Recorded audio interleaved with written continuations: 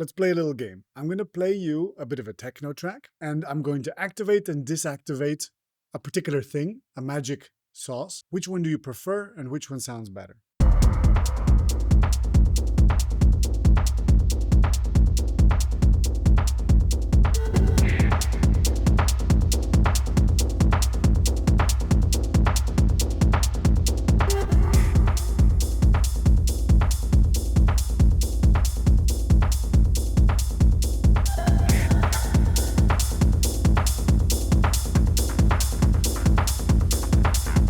All right, did you clarify it in your mind? Are there any words, like qualitative words, that came up for you when comparing the two? And could you maybe even guess what the processing was? I'm going to reveal it to you now in half a minute, but I want to give you my answer to this. I feel like the first version is dark, deep, subby, a little bit muffled, a little bit too subby, and lacking some energy in the highs, in the high mids. This version is forward, all the sounds are bold, the mids are very clear, and the subtleties of all the sounds come out more to the foreground. Whereas when I deactivate it, everything feels like it's hidden behind this dark cloak of a kick drum, which is nice and warm and heavy and subby, but it's kind of hiding all the brilliance, or the shininess of the other elements. So what is the processing? Well, I'm actually super hyped about this.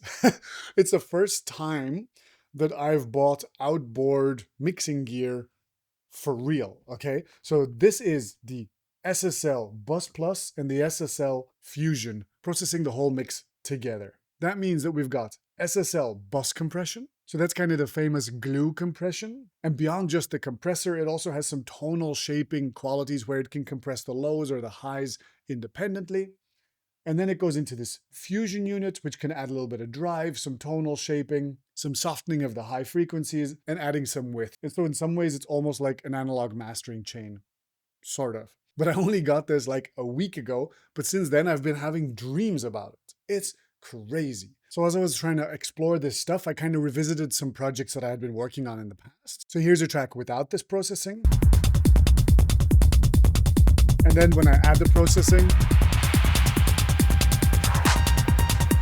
a huge lift in the high mids and clarity in the highs. And again, everything is muffled behind this sub groove. And I like the sub groove, it's just too much.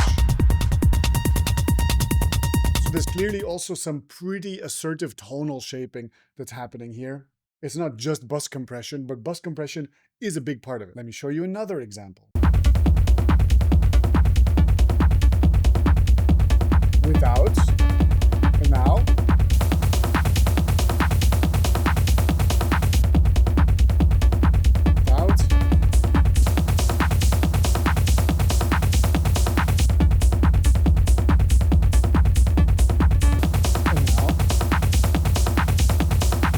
So again, like a huge lift in the highs, right? And because of this huge lift in the highs, now I would also reconsider the content of that track. I think I'm trying to put too many things into the track. And if you bring everything out into this beautiful focus, you can get away with much more minimalistic elements. I think, again, I'm making this video after 1 week because literally I'm just like obsessing over this and applying this to everything. I'm applying this to individual tracks. I'm applying this to the mix bus. I'm honestly a bit blown away. And so if you'll allow me a little personal rant, I started music production in an era where laptops were kind of becoming the default, right? That's my way in. That's the way I got access to doing music production. And as I was trying to figure out my way forward, I would always be aware that there's this debate of analog versus digital, right? And trust me, I've read all the different takes on it. I've read everything possible. And so I kind of resolutely came down on the side of, well, you can do everything digitally because that's what I had access to, right? I didn't have access to the analog stuff. And the feeling that I had when I started exploring these tools last week was like, oh my God, I really should have experienced this 20 years ago. Like, this is insane. And though technically I think I probably have the tools necessary to access all of this digitally as well, like I probably could recreate this digitally, the ergonomics and the experience of it right here are kind of blowing my mind. So this video is just me planting a seed right now. I'm obviously going to be coming back to this a million times, and it's probably going to be really annoying for people who are like, I don't have access to this gear. Yes, when I'm talking about this, I'm of course going to try and break it down into concepts that you can replicate. But if you're interested to experience what I'm experiencing, let's open up a track that I worked on a long time ago and apply this to it so we can really taste it in action. And I want to do a really weird track so that this can become part of the sound identity. But let's see what this sauce can do on here. And we have two options, either addressing individual elements or at the level of the mix. Probably at the level of the mix is going to be the most dramatic, so let's do that. Let me also drag in as a reference track the old version, so this track without any processing, so we can always come back and see how does this processing affect everything. And I'm going to just straight up delete the old master processing. Cool.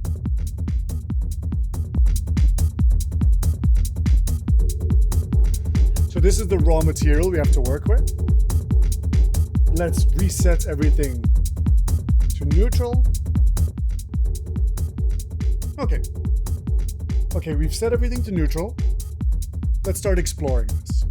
So this compressor essentially has, so we've bypassed the second unit completely. We're only going to talk for now about this bus compressor. What it is the classic SSL bus compressor, which is meant, sometimes people call it like the mix glue compressor, right? And so that has a compressor that works pretty much as you would expect it to. And then it has a separate section, these black knobs, which are basically dynamic EQs so that you can compress just the lows or the highs and bring back their volume. So you can compress those sections individually. If I turn on the compressor, automatically it's being slammed quite hard. But maybe we want it to be kind of aggressive.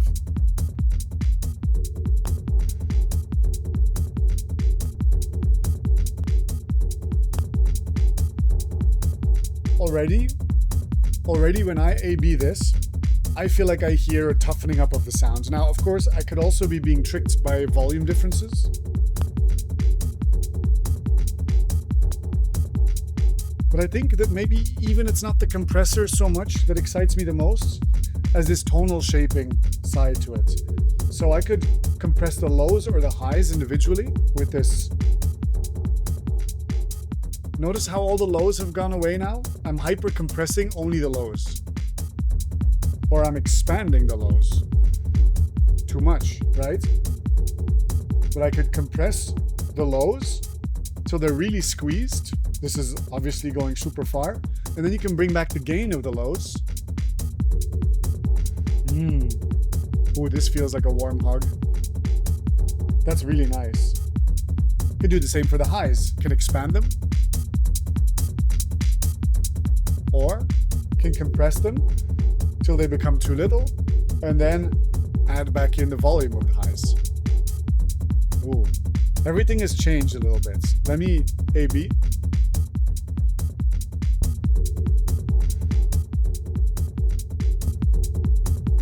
Everything feels more assertive, more bold. I love this. I love the way that sounds. Yeah, gorgeous. Now let's add in the fusion. So we'll turn off all the different sections of it. Let's go over it one by one. What's there is a high pass filter. Let's just remove everything, roll things off below 50. Then a little bit of drive.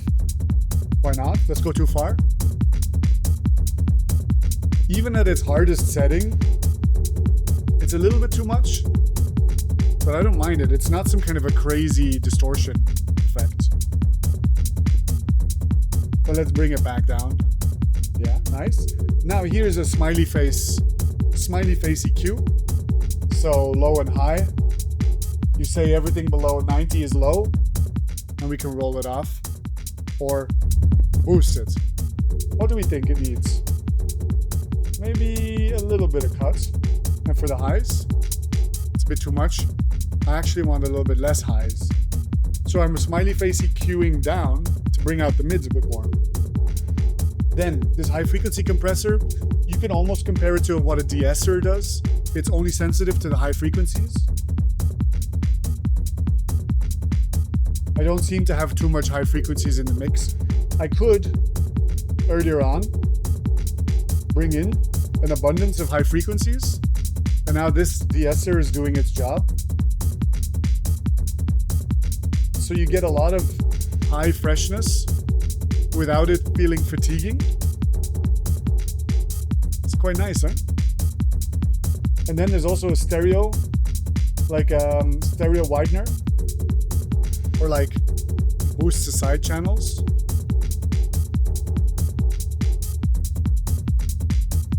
Okay, I'm kind of liking where this is at. Let's A/B test again. Yeah, without it, it sounds, again, muffled and hidden behind the kick. And with it, it sounds bold and detailed. Oh, I love this so much. Then let's see, let's add a little bit of digital limiting. Boom, this is a track. This is a track. You don't need a lot of elements. Without it, dark and muffled. With it, bold and punchy. This is the feeling that I'm talking about. This is the feeling that's literally, I dreamt about it last night. If you can't hear the difference between one and the other, question your monitoring situation, okay?